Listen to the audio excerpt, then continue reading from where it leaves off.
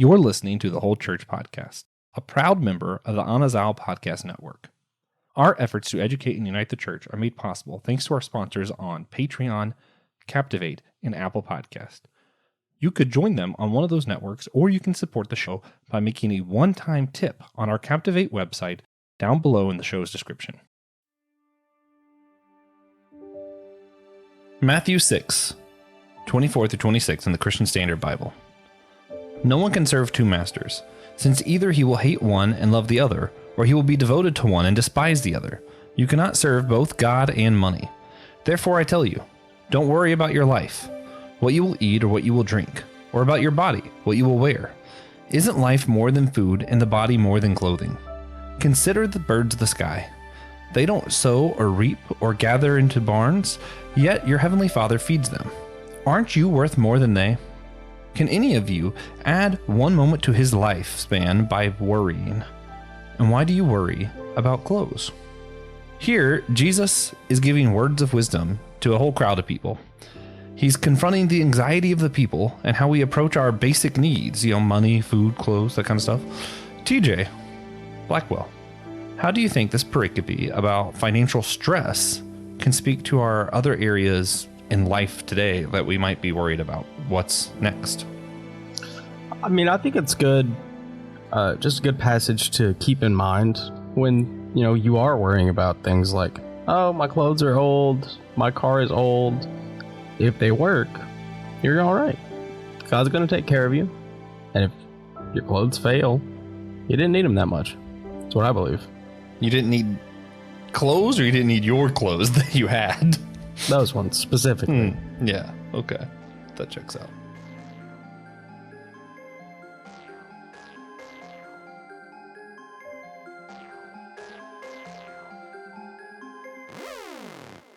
Hey guys, welcome to the finale of our What's Next series, where we're talking about what's next after stuff.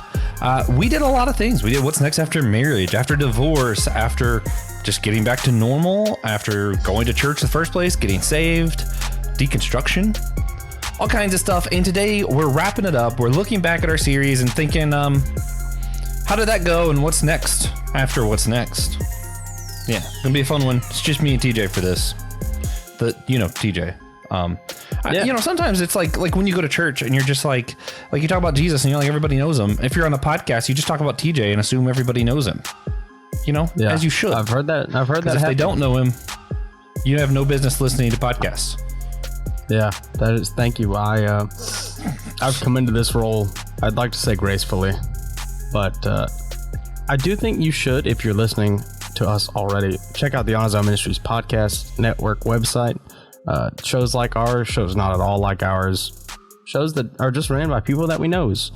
And then if you are still worried about your clothes and God's promise can't assuage you, then check out our merch. We have a lot of comfy clothes.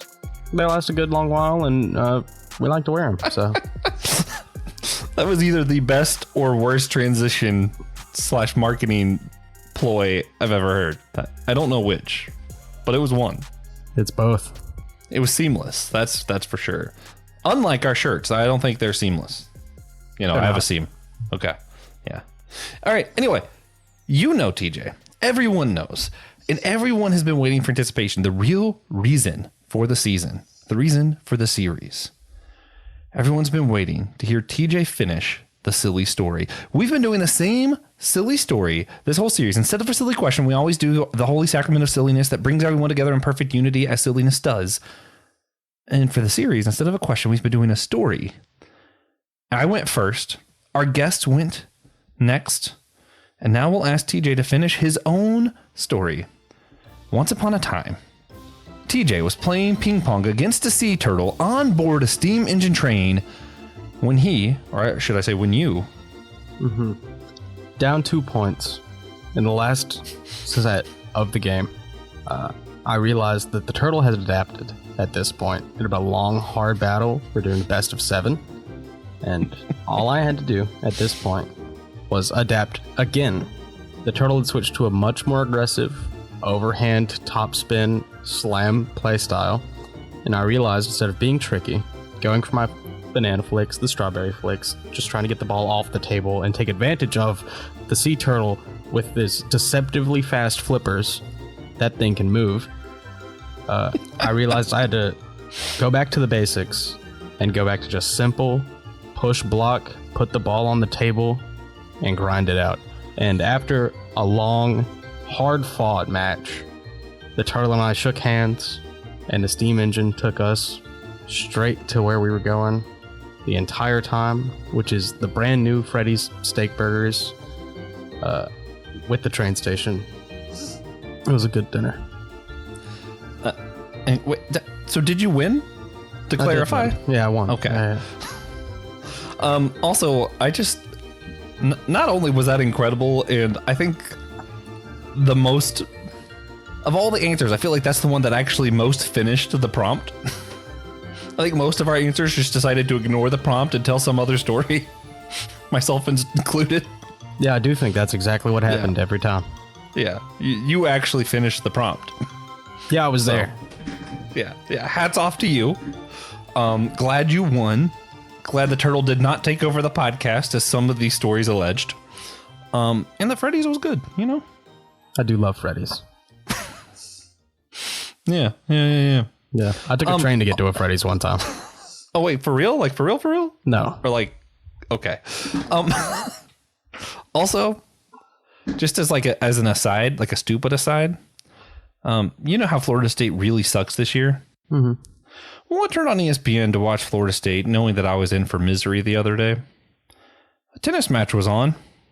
I was going to switch to try and find the game, and I very quickly realized this is definitely more fun than watching my team lose. And I just watched some random two people play tennis last Saturday. I have no idea who they were, but I cheered for the shorter one because she was losing, and she did come back. And the only reason I brought it up is because when she came back, the announcers were saying a lot of the stuff of like, she just needs to get back to the basics, the push block and all that. And I was like, that's what TJ just said about ping pong. Turns out it works for regular tennis too. And whatever short lady won. I'm proud of her. Yeah. Tennis and table tennis are similar sometimes. Yeah. Sometimes. It's fun stuff. Anyway, so moving past the silliness, TJ, just to start off, what would you say that we learned from this series? Like, was there anything that was like a big takeaway if you had to like boil it down to, here's the point of the day, kids, the point of the 9 weeks? I don't know. Yeah. I learned a lot of what, that's really weird. That's a whole semester. But a lot of what, what's next for most people is going to be ask God, return to God, trust God, like our passage today. It's just kind of strange. We asked like 8 different questions, and at some point, everyone was like, ask God about it. I think the funniest one for me is, and I said it in the beginning too, but I thought I was going to be the weirdo and that nobody else was going to like answer like me. But it seems like everyone also brought up that whole idea of being present. So it's really funny. We did a series about what's next. And I think for 9 weeks, we told people to just be present right now. Still labeled the series What's Next, though. Yeah. Naturally. No. So how do you think the series may have benefited those listening for the first time? I actually do think, like, what's really funny is I feel like originally we did it because it was like an excuse to do a different range of topics. But I think that coherent bit is still like the be present, the don't be anxious thing. I mean, even going to like the verses that you and I did, which was different from the verses from all the rest of the series because I just decided we'd be different. I don't know.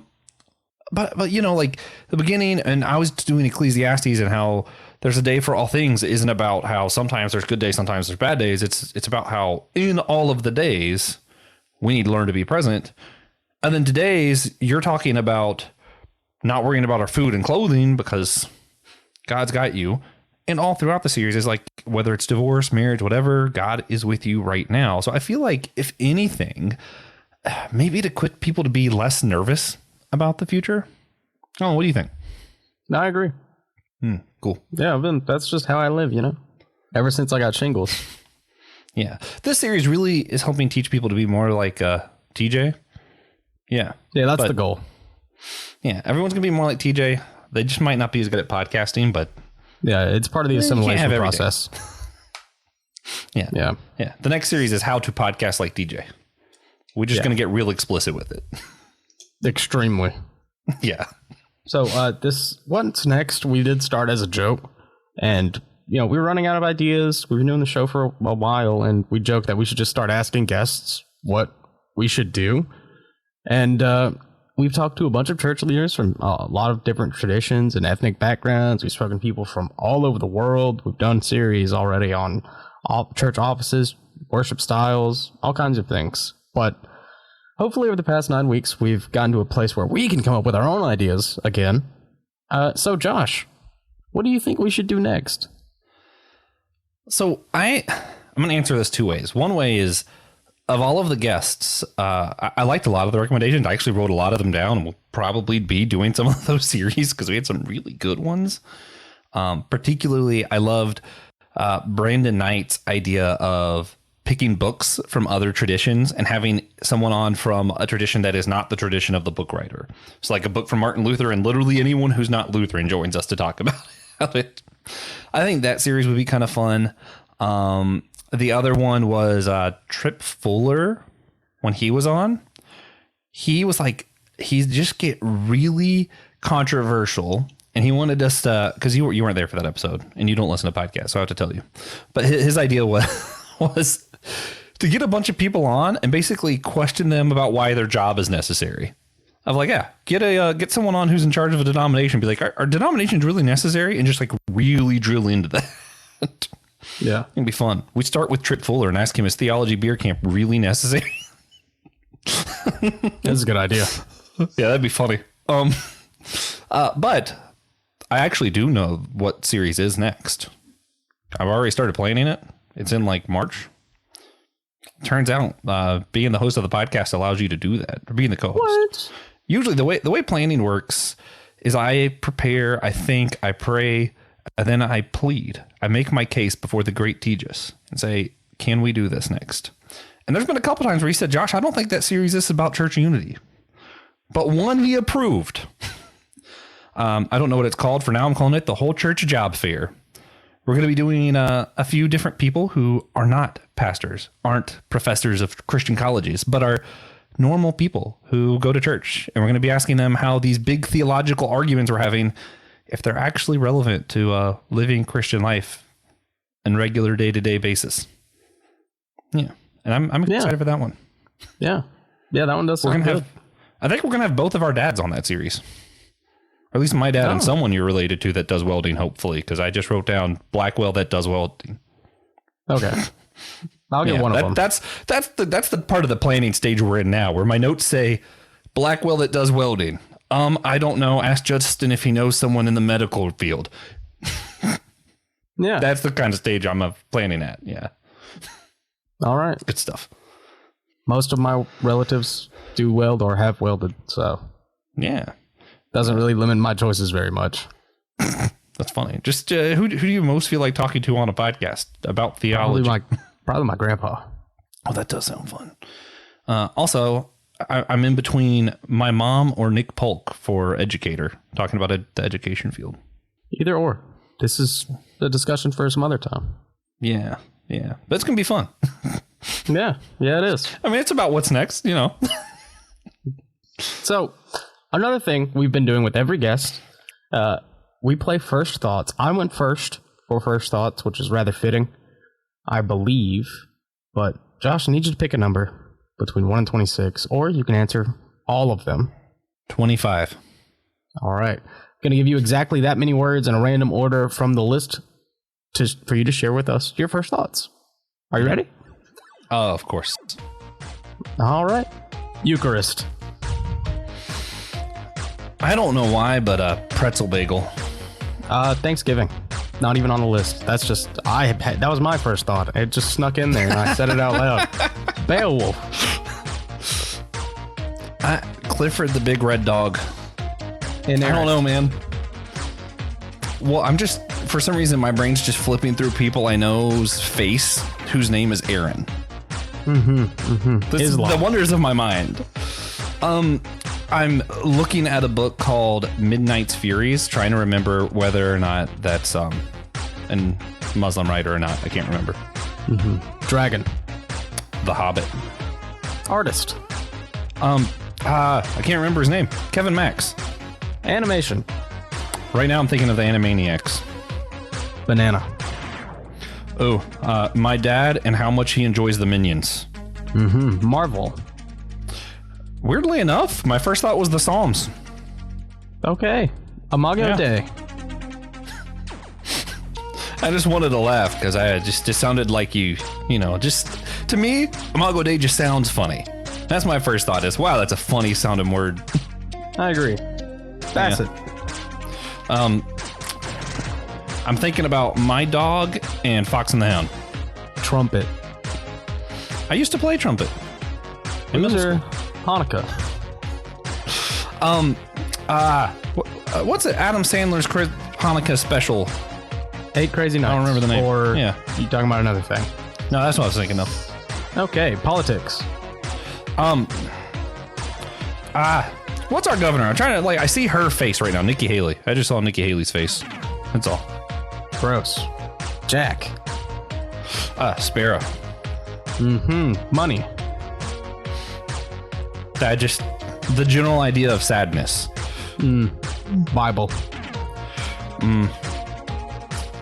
I thought this was bigger.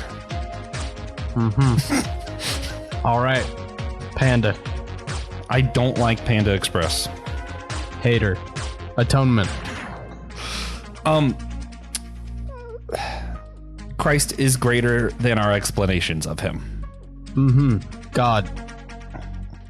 Specifically, I'm thinking of the song "How Great Is Our God." Jesus. Well, right now I'm thinking of "Christ Jesus" by John Mark McMillan. I'm just on songs now. I don't know. Trinity. The guy from The Matrix. Platypus. Parry the platypus. All right. That is actually 25 of our 26 words. May I know which one I didn't answer? Zoo. That's fair. I'm not going to answer it because that feels breaks like the it's rules. cheating. Yeah. So, what's actually next for the show? We already did this. I think I messed up. What's next?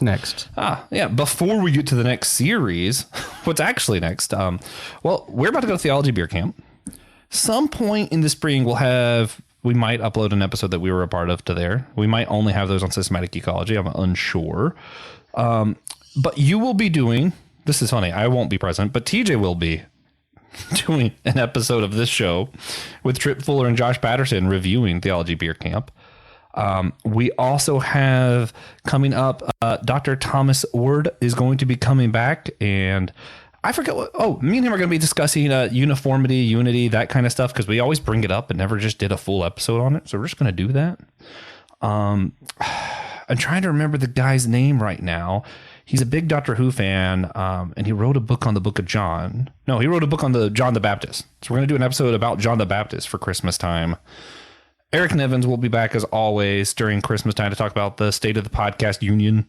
We'll be having a return guest on whose name I'm forgetting. It's Andrew, but I don't remember his last name.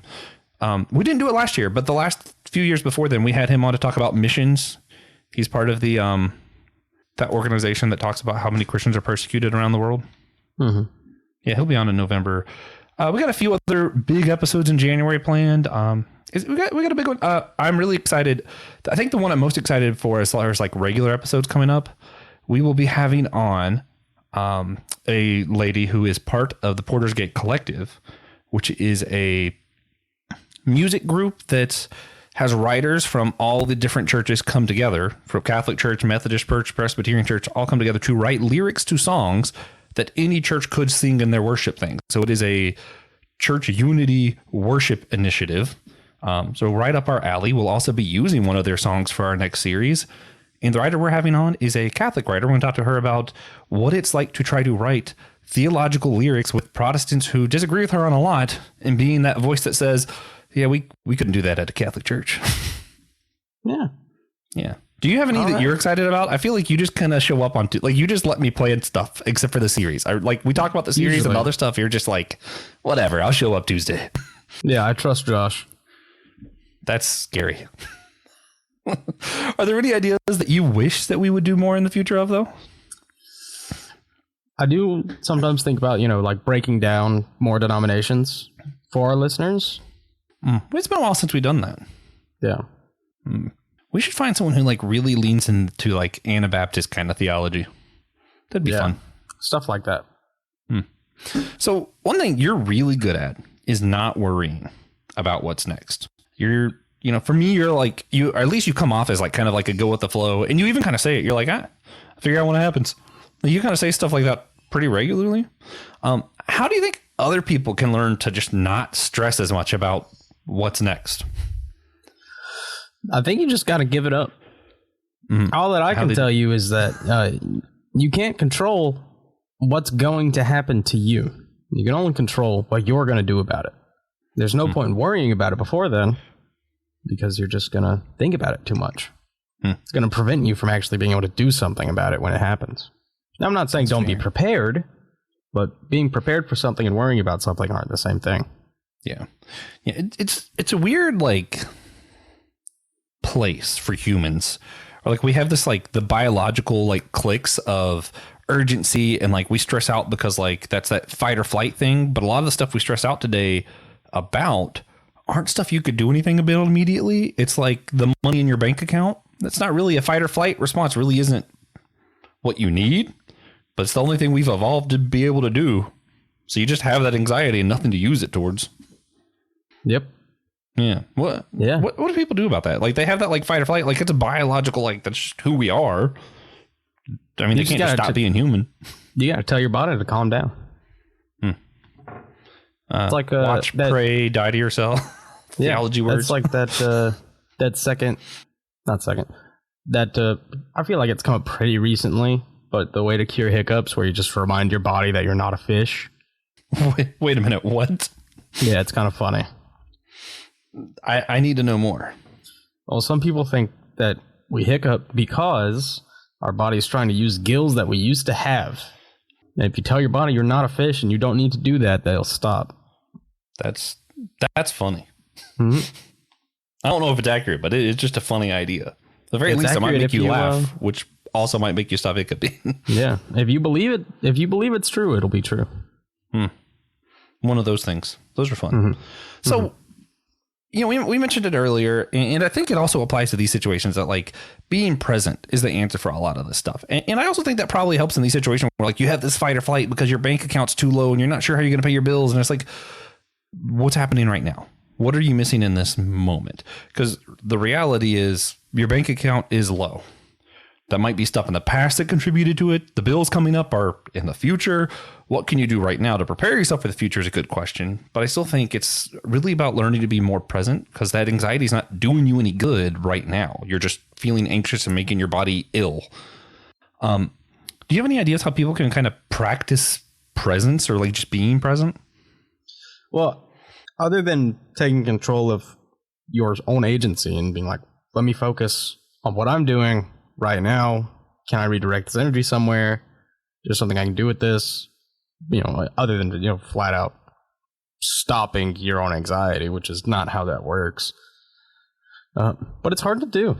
It's hard to take control of yourself when your body is trying to do it. Does that make sense? Yeah. No.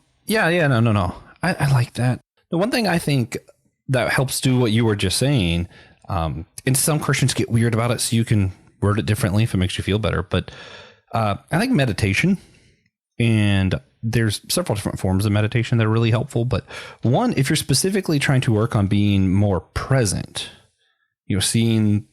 not stressing out about what's next or what's going on or what happened in the past, Hakuna Matata kind of stuff. If you're trying to work on presence, I think kind of meditation that's really helpful is find a good breathing exercise that works for you. Find a place to sit, preferably outdoors, but where there are other things going on, and don't close your eyes.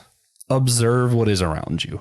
So it's kind of like an observation meditation that kind of just reframe stuff so that you're not thinking of like whatever's just in your head, which is probably the stuff you're stressed out about, but you're actually focusing on what is presently around you in that moment. Yeah, I like that. This is what I think. I just used to do that constantly as a kid. Yeah, it's good. I feel like most people probably did some version of that as a kid. They just didn't call it meditation. And at some point, we just stopped being curious about the world, and that's sad. We should stay curious. Staying curious is healthy, I feel like. Yeah, I used to try and count the leaves on a tree when we drove past it. See, that would probably help, I feel like. I was never able to know if I was right or not, but I think I was close. Yeah. Usually. Yeah. I mean, I do think, speaking to that, I think there's a reason why so many of the Psalms in the Bible mention like nature and the stuff that's like around them. I think it's just being present and seeing the things in nature kind of makes it easier to worship God and think about godly things rather than stress and all the things that are keeping you down. So, you know, also the Bible says meditate on the things of God. That's meditation. Yeah. That's true. Meditation isn't bad. I agree. All right. Yeah. Anyway. So, I don't know. I thought this was a fun series to do, at least. It's fun to have so many guests that, you know, we didn't have any new guests on this series, but we did? Two. Pastor Greg and Rachel Hoffman. Oh, right. Yeah. All right. They're like my pastors, so they don't feel new, but they were new to the show. Yeah, because this is just 9 weeks. I've already known those people for like 6 weeks. Now they don't feel new. Yeah. Well, plus, you didn't mean. I was gonna say you met them when we all hung out here in Rock Hill, but you didn't get to go. I did not. So I guess you didn't. That's sad. Yeah. What's next is TJ coming to Rock Hill and meeting Rachel and Greg Hoffman in person. I don't think we'll have time for that the next time I'm in Rock Hill. Well, no, but you know what's next in general. Yeah. Sometime next year it'll probably happen. Yeah, just generally speaking. Yeah. But anyway, TJ, I don't know if you know this, but one thing that we like to do before wrapping up our episodes, we like to ask our guest or sometimes our co-host, if you had to give a single tangible action, something practical people could go do right now, not later on, not what's next, but right now, what's something people could do that would help better engender unity in the church? TJ Blackwell. Well, to engender unity specifically, I think what would be helpful is something you've already talked about, actually. You're thinking about, you know, how much you disagree with this person, how much they annoy you, how you can't work with those Baptists across the street because they have a better kitchen than us. Anytime you start to doubt, you know, the church is working together, just stop wherever you are and look around you and just see. Just look, observe. See if anyone else is feeling the same way. Stop, count the chairs in your auditorium. After you calm down, or alternatively, after you look around you and there's a tree outside and you start counting the leaves, and then you start thinking to yourself, that guy is an idiot. Why didn't you tell me to count these leaves? Good. We've already solved the problem. You're not thinking about not being unified anymore. Yeah. I feel like you have a good point there. That I think a lot of what keeps us from unity is that we're just anxious. And that might sound weird, but I mean, like a lot of the times when I hear people talk ill of another denomination, it's like, well, you know, they believe once saved, always saved. So they think that they can just go around and sin and do whatever. Or, well, you know, Catholics pray to the saints. Or, you know, there's a lot of misunderstandings. But coupled with that is this anxiety of like, they don't believe right. Or if people go over there, they're not going to make it to heaven one day. And it's not like being present with like, who are you with right now? The Catholic brother next to you. Just ask him what he believes. You know, just talk to him. Yeah. I was talking to some people the other day, and they were like, yeah, I don't like Catholics because they believe the more money you give to the church, the better spot you'll have in heaven. And I was like, that isn't true. And he was like, I know. He was like, yes, it is. I grew up in a Catholic school. I was like, no, it's not. My podcast is about church unity. I've talked about it a lot. Shut up. Several priests and nuns have been on the show, and we asked them that exact question. Yeah. So yeah, that's like I still love when people try and tell us what Mormons believe, and I'm like, oh, actually, the audio is terrible, but we have an episode for you. Yeah. We just straight up asked them all of the worst questions. Yeah, most of the worst questions. Maybe that's why they didn't come back. Maybe they hate those questions. Probably so. Tired of people asking them. Probably so. Probably. So, yeah. What would change in the world if everyone just started talking to the people next to them? Yeah, across the denominational lines, of course. I feel like if we got to actually know the people we were with, regardless of what church they attended, it's just easier to love people. It's harder to be anxious about what they believe or what you think they're going to do to other people or, whatever. Like, if you just get to know people, it's just easier to love them. And I think a church that learns to love one another is the church that Jesus said will actually draw people into him. They'll be known for their love, whatnot. Yeah. Be good times. Will be good times.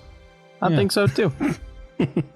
So, Josh, I'm not sure if you ever heard this before, but one of the last things that we do before our outro is called the God moment. And we share what's been going on with us, where we saw God recently, whether that be a blessing, moment of worship, challenge. I always make my co-host Joshua go first. So if you could take his role.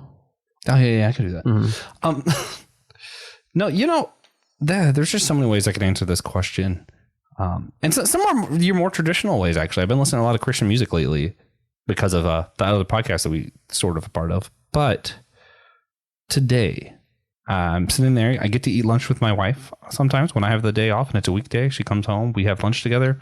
We're sitting there at the dining room table and I see a fox outside just kind of running around. And I was like, cool, a fox. I've seen foxes before. I still like foxes. But I was like, oh, hey, that's cool. She, on the other hand, gets up to go look at it. And then when it goes to lay down, she's like, goes outside to see how close she can get to get a picture of it. And she's just like in awe. And she comes back just so excited. And I don't know, something about just, ironically, just seeing how much joy she had just because she was just present with, hey, this is cool. She's never seen a fox before. So to her, this was such a cool thing. And I'm like, oh man, that's right. It was funny because I wasn't doing it because I was preparing for this podcast. It was just kind of a realization of wow, that's what it looks like when we're present. There's just so much more joy. Mm-hmm. Yeah. And she grew up in the city. She didn't really see no foxes around. But yeah, TJ. Yeah. So for me, my God moment, I was on TikTok yesterday and I saw a list of the top 5 most boring cities in South Carolina, and Lancaster, South Carolina was on there. That's my God moment. No, actually, it was really funny though. And I do agree. Great. There's nothing going on over there. I do too. It's dull. Yeah. Oh yeah. But actually, we are post hurricane over here. It was a lot worse for us than it was for Josh, but it was a lot worse for Asheville, Boone, Hendersonville. These places that we're close enough to help. And we've had, my roommates are going out helping Asheville. We've got people coming into our Chipotle and being like, hey, pretend I didn't say the name of the store. I worked in Asheville, and I would like to start working here while our store is rebuilt. Okay, great. And we've got people just coming in to eat from, these ultra affected areas in Western North Carolina. And we're doing what we can. We're so busy, but we're glad to do it because we're doing what we can. We're helping. It's bad for them. There are still people I know without power. Some of our employees still don't have power. But through it all, God is here. God's around. And I'm grateful. Yeah. I've been praying for my friend TJ. He's been in the exact same situation. Yeah. And meanwhile, I work at the same store, but in Charlotte, and Five Guys opened up next to us. It's been very slow. We haven't done anything. I've just been praying for TJ at work. God, I know he's busy. Help him out. I'm fine. Yep. It is really crazy though, because we'll see people feed people on the way out of Greenville to go help in Asheville. We'll get people on the way out of Asheville to try and find somewhere else to be. It's wild. That is wild. So, if you like this episode, or if you hated this episode, please consider sharing with a friend, share with your enemies, share with your cousins. I know I said it earlier, but the whole church merch rhymes and is pretty good. Our logo's gotten a lot better over the years, and it wears a lot better now. So if you held off before because our logo just didn't look good on somebody's chest, you thought, it's different now. We went simple, marketable. Yeah. Well, we've learned that there's a difference of podcast art and wearable logos. Mm-hmm. That's what we've learned over the years. It's taken us 8 years to get there. That's the one thing we've learned about podcasting. That's it. That's the only We've learned nothing else. Not a single thing. But yeah, anyway, also consider checking out the other Anazal podcasts in the network. Very recently, Some Joyful Noises just dropped. It has a few episodes we did with the launch. TJ and I were a part of that. If you know Will Rose, if you know Nick Polk, Brandon Knight, Christian Ashley, Trip Fuller, Taylor Clyde. That's my favorite voice on there. I just like his voice. He has such a soothing voice. But anyway, yeah, check it out. Some Joyful Noises. It's great. Also check out everything Christian Ashley does, which is most of the network. Mm-hmm, yeah. Mm-hmm. Yeah. The Christian Ashley Show. That's the new name of the network.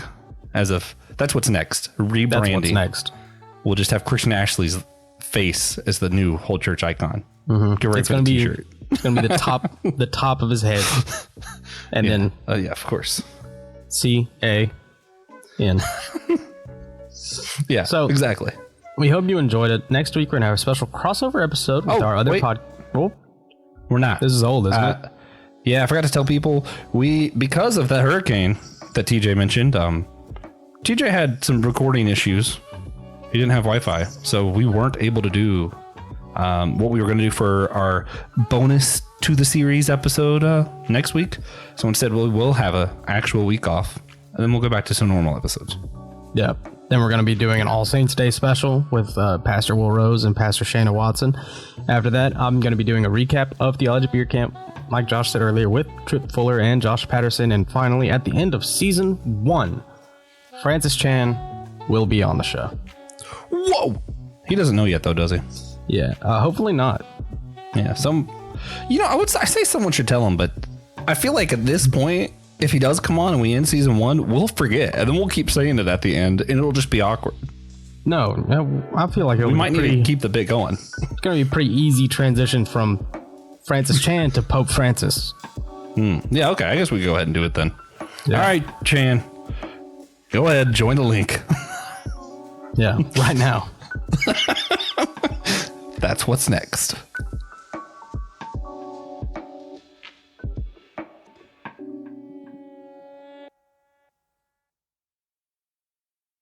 Thank you for listening to the Whole Church Podcast. We hope you enjoyed the show. Remember, you can always sponsor our efforts to educate and unite the church on Captivate, Patreon, or Apple Podcast. If you're not into the subscription thing, again, you can leave a one-time tip on our Captivate website down below in the description notes.